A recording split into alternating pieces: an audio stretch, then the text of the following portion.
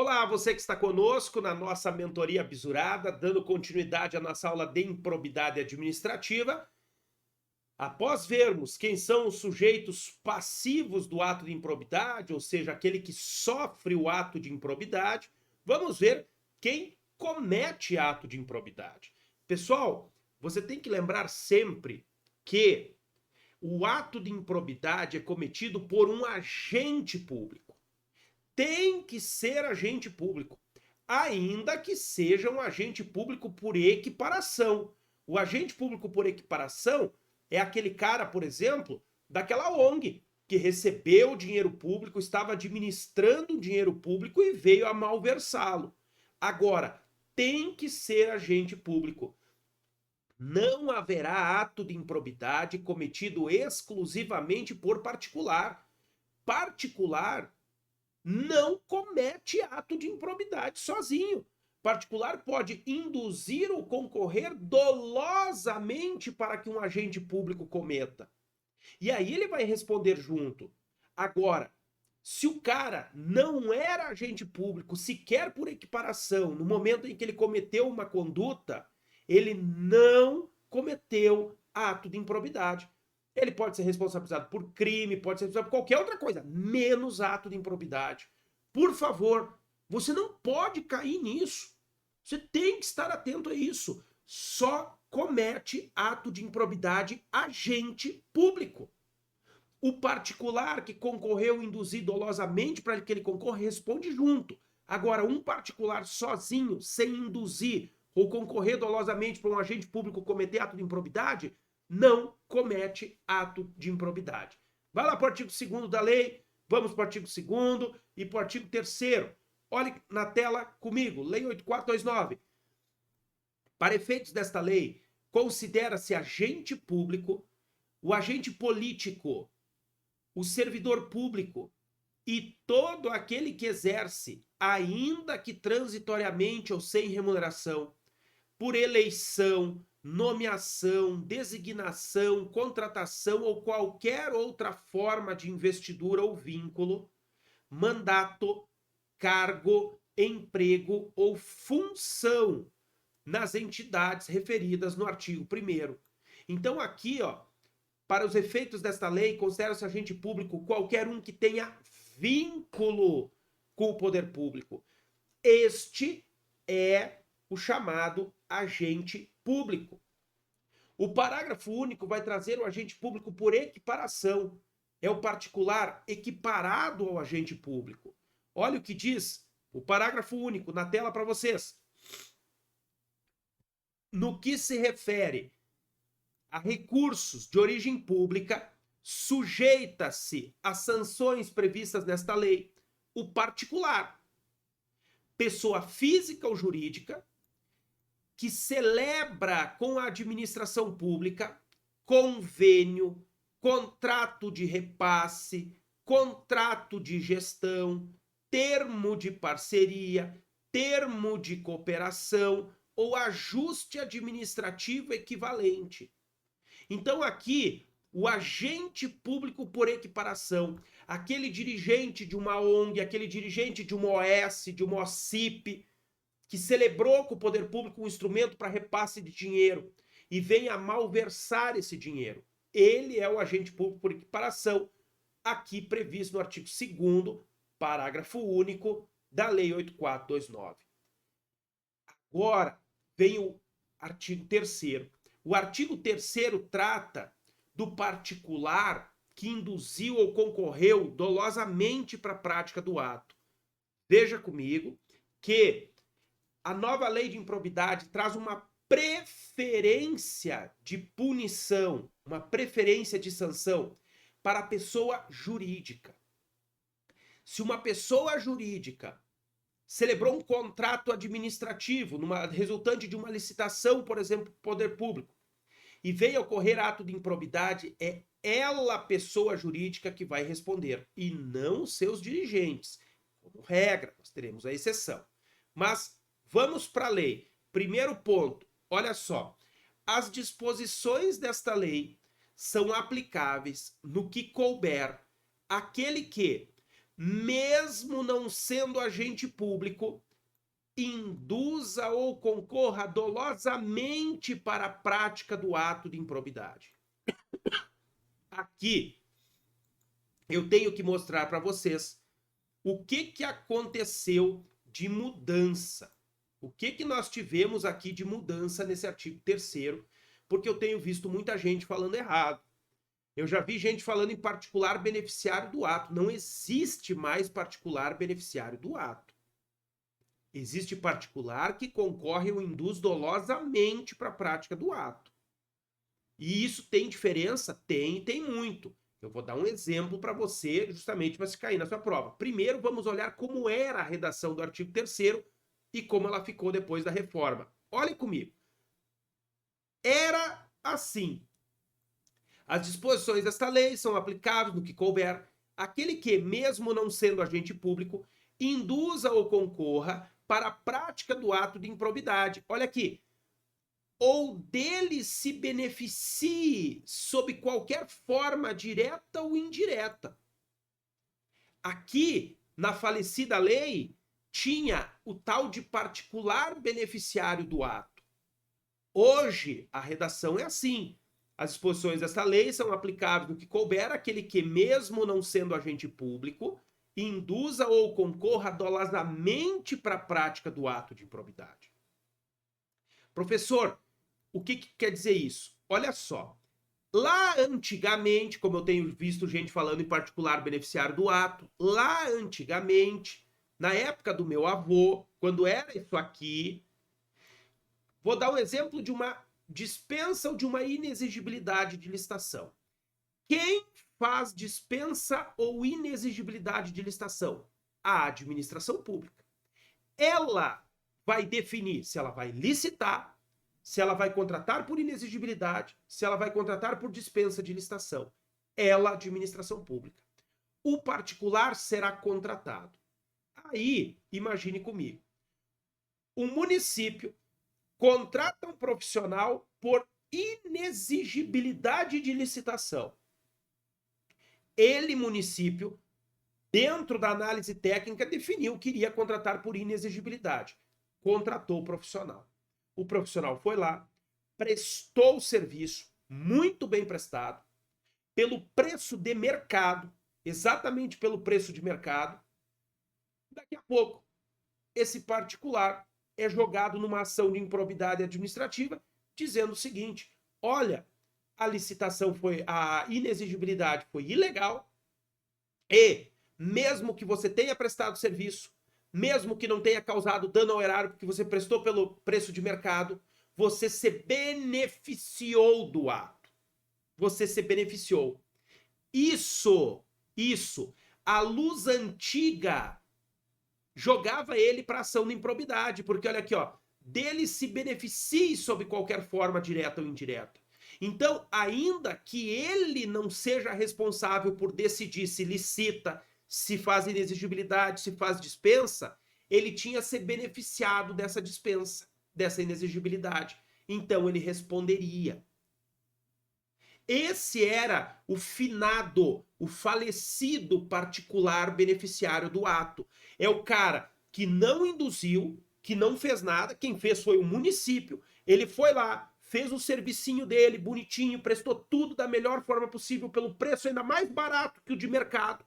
Muitas vezes isso, preço mais baixo que o valor de mercado. O preço de mercado era R$1.000, ele fez a 900 e prestou um serviço excepcional. Mas ele se beneficiou de um ato. E aí ele respondia por improbidade.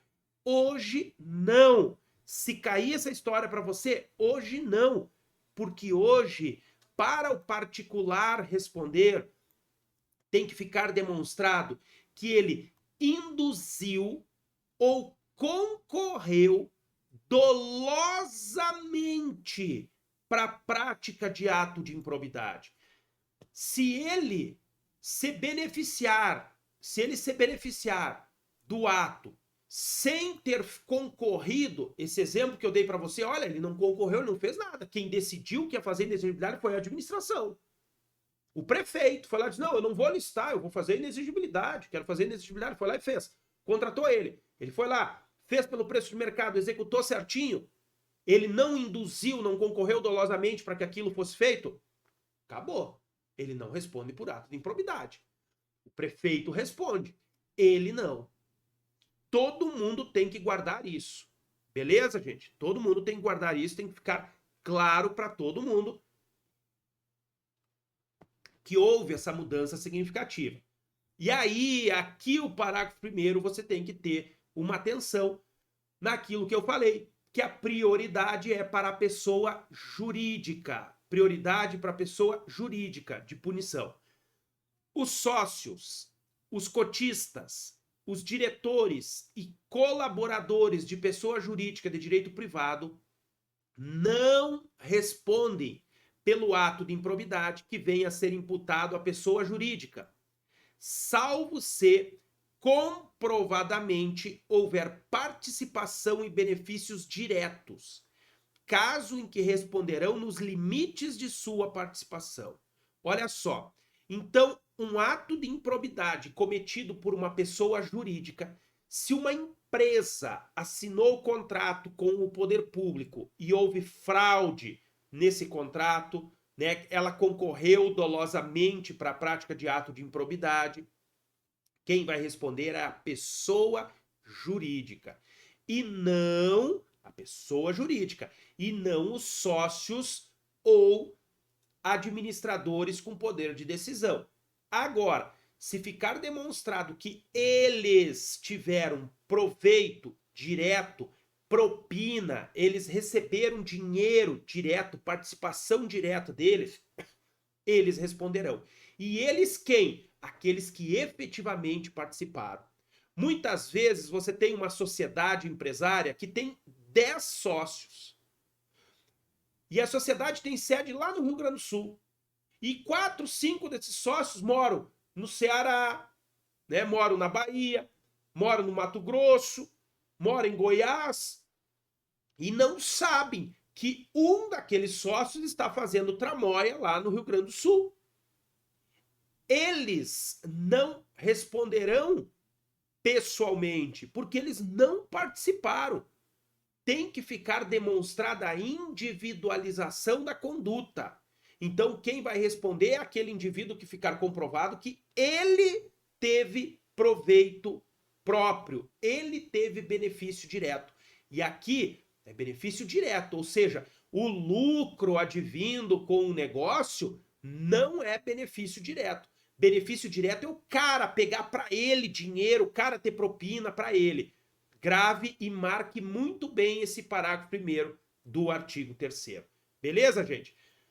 Parágrafo 2º, tem que estar marcadinho também. Olha só, as sanções desta lei não se aplicarão à pessoa jurídica, caso o ato de improbidade administrativa também seja sancionado como ato lesivo à administração pública, de que trata a Lei 12.846 de 2013.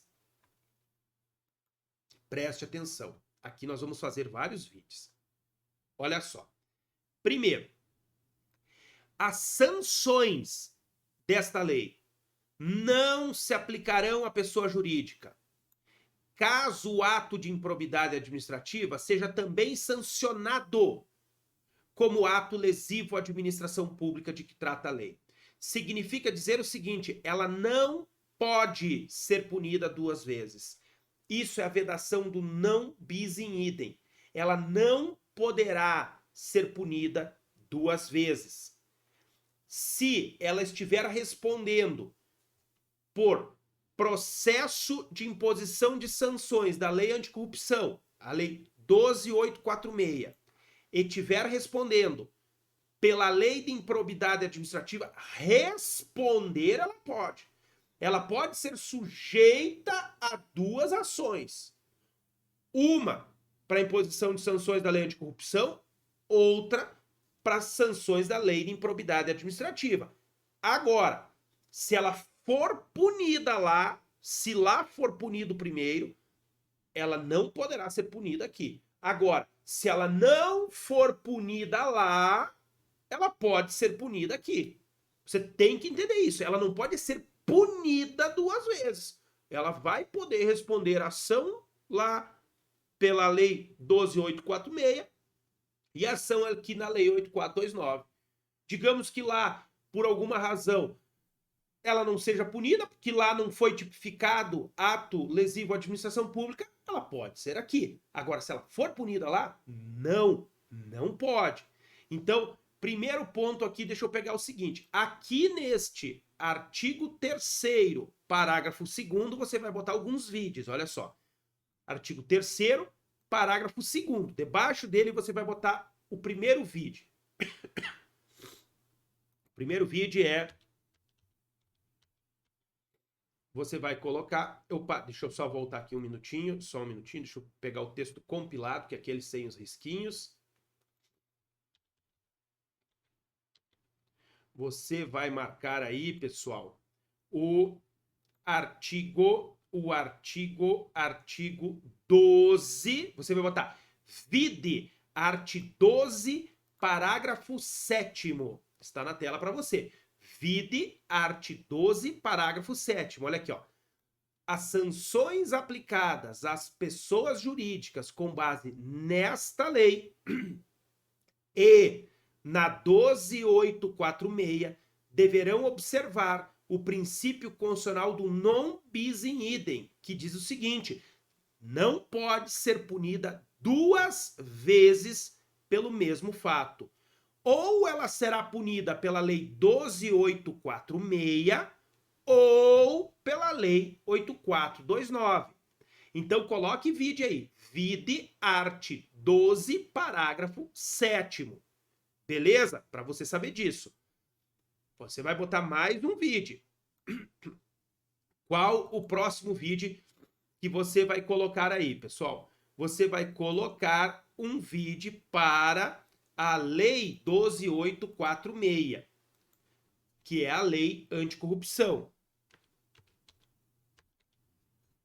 Você vai colocar, pessoal, um vídeo para o artigo 30, inciso 1. Olha só. A aplicação das sanções previstas nesta lei, ó, a aplicação das sanções previstas nesta lei não afeta os processos de responsabilização e aplicação de penalidades decorridas de ato de improbidade administrativa nos termos da Lei 8.429.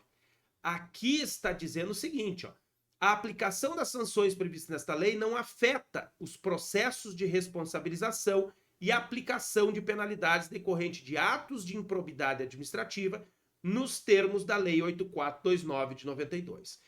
Como que eu vou interpretar isso? Como que eu vou? Olha só.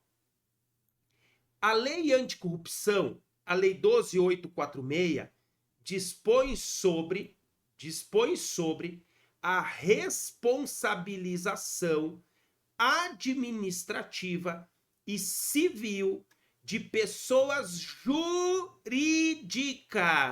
jurídicas pela prática de atos contra a administração pública, nacional ou estrangeira, e dá outras providências. Essa lei só pune pessoa jurídica. Só pune pessoa jurídica. Significa dizer o seguinte, você vai enxergar logo aqui embaixo. Olha só, artigo 3º. A responsabilização da pessoa jurídica não exclui a responsabilidade individual de seus dirigentes ou administradores ou de qualquer pessoa natural, autora, coautora ou partícipe do ato ilícito. Só que essa pessoa natural, ela não vai ser responsabilizada aqui pela Lei 12.846. Ela vai ser responsabilizada penalmente, por improbidade, civil. Então, o que está dizendo este artigo 30 aqui é o seguinte: não é porque a pessoa jurídica foi punida pela Lei 12.846 que os dirigentes dessa empresa não podem ser punidos por ato de improbidade da Lei 8.429 se ficar demonstrado isso aqui. Se ficar demonstrado, a pessoa jurídica não poderá ser punida duas vezes. A Lei 12.846 vai punir lá por ato de corrupção. Se ela for punida por ato de corrupção, ela, PJ, não será punida aqui pela Lei 8.429. Mas, se ficar demonstrado que os sócios, os cotistas, diretores, colaboradores dessa PJ, eles tiveram participação e benefícios diretos, eles responderão por ato de improbidade. Então, pessoa física, diretor de uma empresa, não responde pela lei anticorrupção. Não responde. Porque lá a responsabilização é só para PJ, exclusivamente. Mas poderá responder por ato de improbidade aqui do artigo 3º, parágrafo 1º. Já a pessoa jurídica, ela será responsabilizada preferencialmente pela Lei 12.846. Digamos que lá ela não foi lá, ela pode ser aqui. Porque, veja comigo, ó, as sanções dessa lei não se aplicarão à pessoa jurídica, as punições. Caso o ato de improbidade administrativa seja também sancionado como ato lesivo à administração pública. Se ela sofreu sanção lá, não vai ser sancionada aqui. Se ela não sofreu sanção lá, pode ser aqui. Beleza? Vamos continuar, pessoal. Olha só. O artigo 8º e o artigo 8º-A tem que estar marcadinho. O sucessor ou herdeiro daquele que causar dano ao erário, somente aquele que causar dano ao erário ou se enriquecer ilicitamente, estão sujeitos apenas à obrigação de reparar o dano até o limite do valor da herança ou do patrimônio transferido. Patrimônio transferido. Ou seja, aquele ilicitamente transferido. Preste atenção nisso. Se o indivíduo cometeu ato de improbidade que afrontou princípios da administração pública, mas não houve enriquecimento ilícito, não houve dano ao erário, os sucessores não responderão. Por favor, guarde isso. Tem que saber, ó, o sucessor ou herdeiro daquele que crava um traço simples aqui, ó, causar dano ao erário ou que se enriquecer ilicitamente e não poderá ultrapassar a obrigação de reparar o dano até o limite do valor da herança, apenas a reparação do dano não inclui multas, nada disso agora. Antigamente sim, agora só obrigação de reparação do dano ou do patrimônio transferido. Aqui, a sucessão empresarial, como funciona? A responsabilidade sucessória aplica-se também na hipótese de alteração contratual, de transformação, de incorporação, de fusão ou de cisão societária. Se uma empresa foi incorporada a uma outra, se uma empresa se transformou em outra, se houve a fusão de duas empresas, se aconteceu isso e ela tinha cometido ato de improbidade antes disso acontecer, ocorre a transferência da responsabilidade para a nova, até o limite da participação daquela empresa anterior. Aí vai estar no parágrafo único, olha só. Nas hipóteses de fusão e de incorporação, a responsabilidade da sucessora será restrita à obrigação de reparação integral do dano causado até o limite do patrimônio transferido, não lhe sendo aplicáveis as demais sanções previstas nesta lei, decorrente de atos e de fatos ocorridos antes da data de fusão ou da incorporação, exceto no caso de simulação ou de evidente intuito de fraude, devidamente comprovados. Vamos dar um exemplo aqui. Vamos pegar, eu vou dar marca aqui para você entender. Vamos dizer que a Coca-Cola, uma empresa grande, tenha incorporado a Chuck Cola, que é uma empresinha menor, tá? Então, a Coca-Cola, Chuck Cola. Digamos, né, um exemplo aqui, digamos que a Chuck Cola, a menor, tivesse cometido algum ato de improbidade e ocasionado um dano ao erário. E a Coca-Cola incorporou. O patrimônio total da Chuck lá, vamos dizer que fosse de 1 milhão. E o dano causado foi de 1,5 milhão. 1,5 milhão. A Coca-Cola incorporou. A Coca-Cola vai responder por aquele dano ao erário causado anteriormente? Vai responder. Até quanto? Até 1 milhão. Que foi o patrimônio total da empresa que ela incorporou. E se desse 1,5 milhão, o outro meio vai ficar pro santo. Ela não vai responder. Grave isso, tá? Dei o exemplo aqui da incorporação, em que a grande incorporou a pequena, comprou a pequena, puxou para ela, comprou com tudo que vem junto, inclusive eventual ato se viesse a ser praticado. Beleza? Gente, agora nós vamos para os atos de improbidade, a tipificação. E aqui eu não vou passar para vocês nada de um por um. Vocês vão ter que entender. Eu vou explicar os caputes e dar exemplos. Olha só.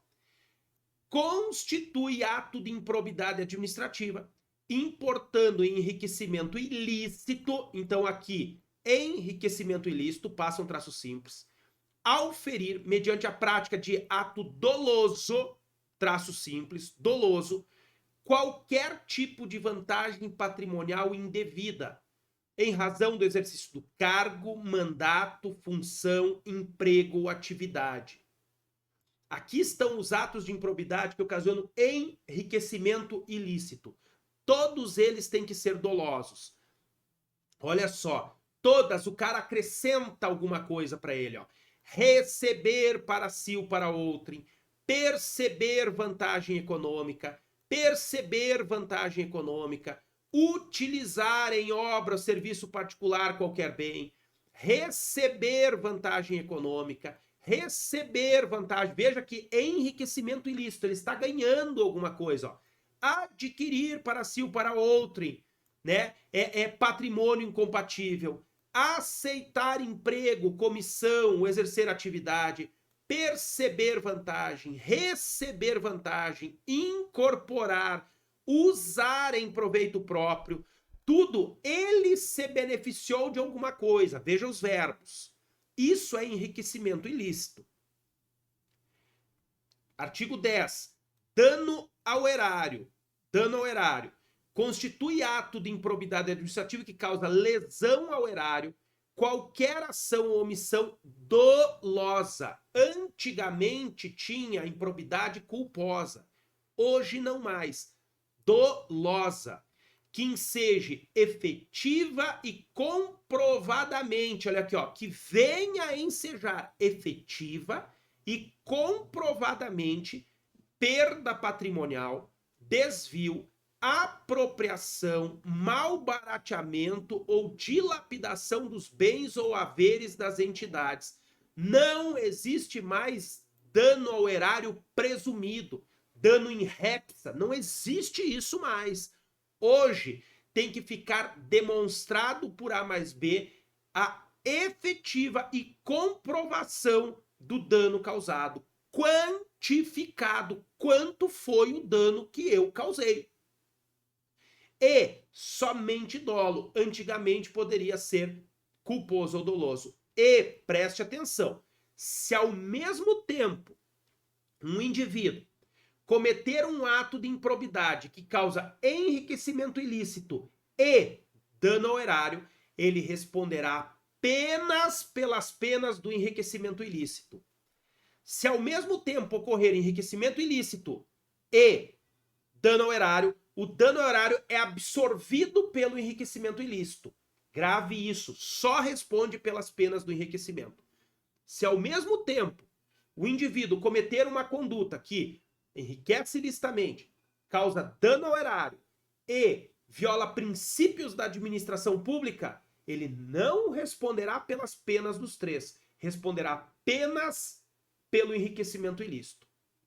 Digamos que o indivíduo, ao mesmo tempo, tenha cometido prejuízo ao erário e violado princípios da administração pública, ele não responderá pelas penas dos 2, responderá apenas por prejuízo ao erário. É uma escadinha: enriquecimento ilícito, prejuízo ao erário, princípios da administração. E um é absorvido pelo outro. Princípios da administração é residual. O cara só vai ser punido por princípios da administração se tiver tipificado taxativamente no artigo 11 ou em outras leis, como nós falamos aqui no início da aula, e se não configurar enriquecimento ilícito ou prejuízo ao erário. Porque se configurar enriquecimento ilícito, vai responder por enriquecimento ilícito.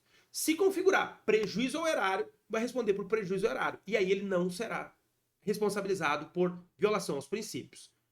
Olha só. Então aqui está o caput. Tanto o caput do artigo 9º quanto o caput do artigo 10 constituem um rol exemplificativo. Enriquecimento ilícito. Dano ao erário, rol exemplificativo. Violação a princípios da administração pública, rol taxativo. Taxativo. Agora, nesse artigo 10, vocês verão que os verbos é aquele cara que deixou, geralmente deixou que outro se enriquecesse. Olha aqui, ó. Facilitar ou concorrer para indevida incorporação ao patrimônio particular. Permitir ou concorrer para que pessoa física ou jurídica privada utilize bens, rendas e verbas. Doar a pessoa física ou jurídica, bem como ente despersonificado, sem atender às formalidades. Permitir ou facilitar a alienação, permuta ou locação de bem integrante do patrimônio de qualquer entidade. Permitir ou facilitar a aquisição. Realizar operação financeira sem observância das normas legais e regulamentares ou aceitar garantia insuficiência ou inidônea que venha a causar dano. Tudo isso tem que ficar comprovado que ocasionou um dano. Conceder benefício administrativo ou fiscal. Frustrar a ilicitude de processo licitatório ou de processo seletivo para celebração de parcerias com entidades sem fins lucrativos ou dispensá-los indevidamente, acarretando perda patrimonial indevida, ordenar ou permitir a realização de despesas não autorizadas em lei ou regulamento, agir ilicitamente na arrecadação de tributo, liberar verba pública sem observância, permitir, facilitar ou concorrer para que terceiro se enriqueça ilicitamente. Olha só, quem responde? O terceiro que se enriqueceu ilicitamente responde por enriquecimento ilícito. Quem permitiu, facilitou concorrer, responde por dano ao erário. Permitir que se utilize em obra ou serviço particular, veículos, máquinas, equipamentos ou material de qualquer natureza. Quem utiliza, enriquece ilicitamente. Quem permite, causa dano ao erário. Celebrar contrato ou outro instrumento, sem observar as formalidades. Celebrar contrato de rateio de consórcio público sem suficiente prévia dotação orçamentária. Facilitar ou concorrer para incorporação ao patrimônio particular de pessoa física ou jurídica de bens, rendas, valores públicos transferidos pela administração pública em entidades privadas mediante celebração de parceria sem observância das formalidades legais. Permitir ou concorrer para que pessoa física ou jurídica privada utilize bens, rendas, verbas ou valores públicos transferidos pela administração. Celebrar parcerias da administração pública com entes privados sem observância das formalidades legais. Agir para a configuração de ilícito na na fiscalização e na análise da prestação de contas. Liberar recursos de parcerias firmadas pela administração com entidades privadas sem observância. Conceder, aplicar ou manter benefício financeiro ou tributário contrário ao que dispõe a lei. Tudo isso, se houver dolo e efetiva comprovação de dano, configura ato de improbidade que ocasiona dano ao erário. Guarda isso, ó. Nos casos em que a inobservância de formalidades legais ou regulamentares não implicar perda patrimonial efetiva, não ocorrerá imposição de ressarcimento, vedado o enriquecimento sem causa por parte do poder público. Tem que ficar demonstrado por A mais B que houve perda patrimonial efetiva. Beleza? Não esqueça disso. A mera perda patrimonial decorrente da atividade econômica não acarreterá improbidade administrativa, salvo se comprovado ato doloso praticado por essa finalidade. Como, por exemplo, vamos lá, investimento da União em compra de ações. Vocês vão lembrar, alguns anos atrás, na época do governo Dilma, a compra das ações de uma refinaria. Não lembro qual é o nome da refinaria, mas era uma refinaria que foram compradas as ações, o Brasil foi lá, comprou aquelas ações, despencou as ações daquela refinaria e deu um prejuízo de não lembro quanto. Lembram mais ou menos dessa história? É isso. Se isso vier a ocorrer, não configura ato de improbidade. Não configurará, salvo se ficar comprovado ato doloso praticado com a finalidade de ocasionar dano ao erário. Digamos que a União foi lá, investiu comprando ações de uma determinada empresa, comprou, daqui a pouco aconteceu alguma coisa, baixou lá embaixo o preço das ações. Causou um dano ao erário, porque caramba, eu fui lá, comprei as ações, baixou lá, perdi não sei quanto. Isso não vai configurar ato de improbidade, exceto se ficar demonstrado o dolo. Todo mundo tem que lembrar dessa historinha, beleza? Artigo 11, gente, olha só. Dos atos de improbidade administrativa que atentam contra os princípios da administração pública. Rol taxativo. Enquanto o artigo 9º e o artigo 10 diz enotadamente e trazem exemplos, o 11 vai trazer um rol fechado, que não afasta a incidência daqueles outros atos previstos nas outras leis que nós já marcamos. Constitui ato de improbidade administrativa que atenta contra os princípios da administração pública, a ação ou omissão dolosa que viole os deveres de honestidade, de imparcialidade, de legalidade, caracterizada por uma das seguintes condutas. Uma das seguintes condutas. Aí vem o rol taxativo. Ó. Revelar fato, circunstância que tenha ciência, negar publicidade aos atos oficiais, tudo dolosamente. Frustrar em ofensa à imparcialidade o caráter concorrencial de concurso público, chamamento ou procedimento licitatório. Lá, no 10, tinha a mesma disposição, só que lá ocasionava dano ao erário, então respondia só por lá. Digamos que frustrou o caráter concorrencial, fraudou uma licitação, mas não trouxe dano ao erário, porque o cara forneceu pelo preço de mercado. Então não configura lá, mas cai aqui. Aí pode responder por ato de improbidade que viola princípios da administração. Deixar de prestar contas quando esteja obrigado a fazê-lo.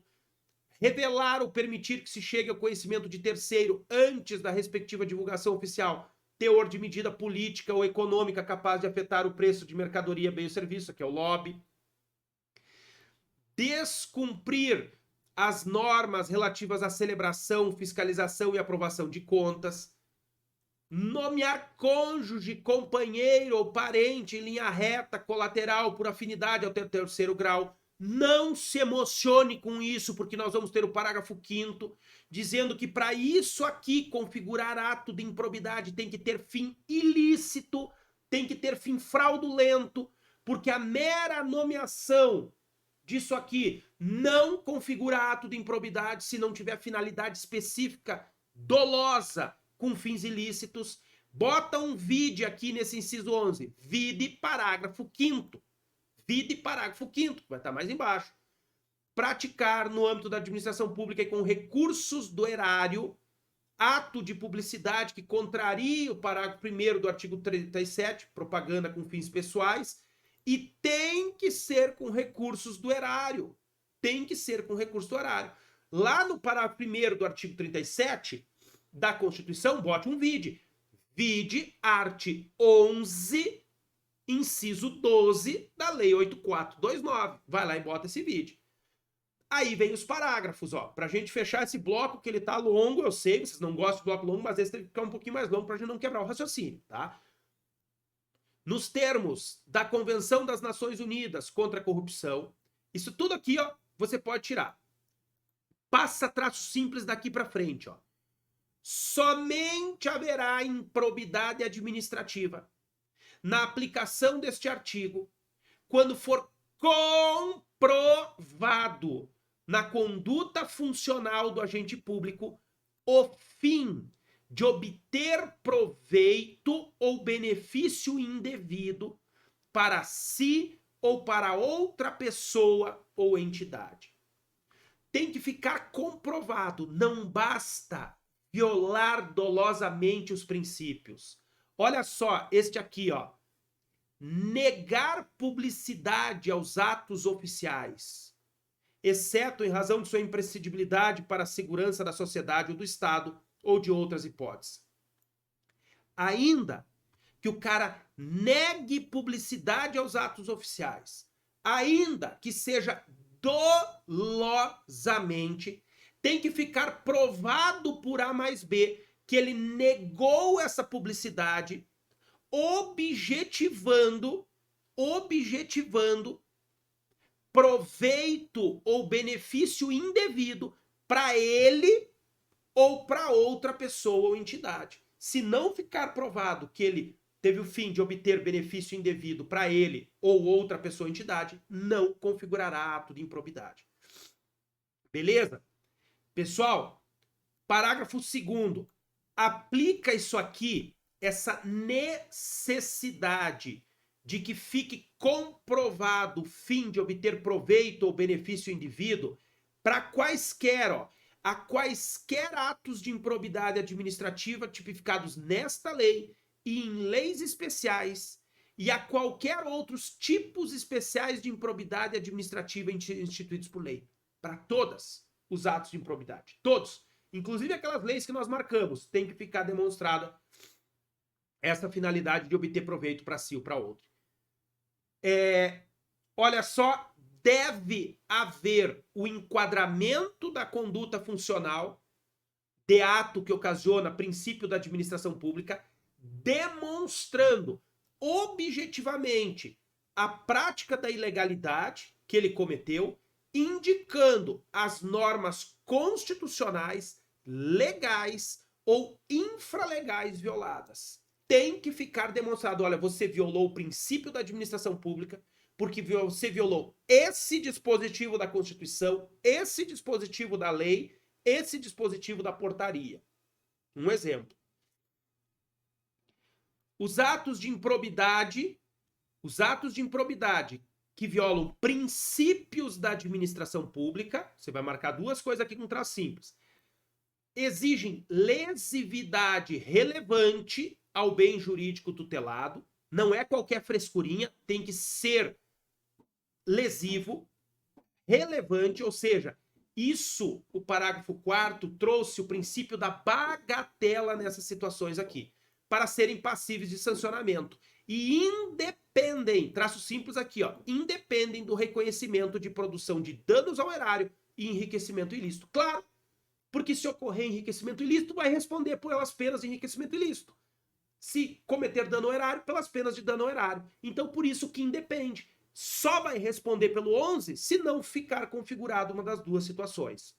Não esqueça. Para a gente encerrar esse bloco, ó, não se configurará improbidade a mera nomeação ou indicação política por parte dos detentores de mandatos eletivos, sendo necessária a aferição de dolo com finalidade ilícita por parte do agente.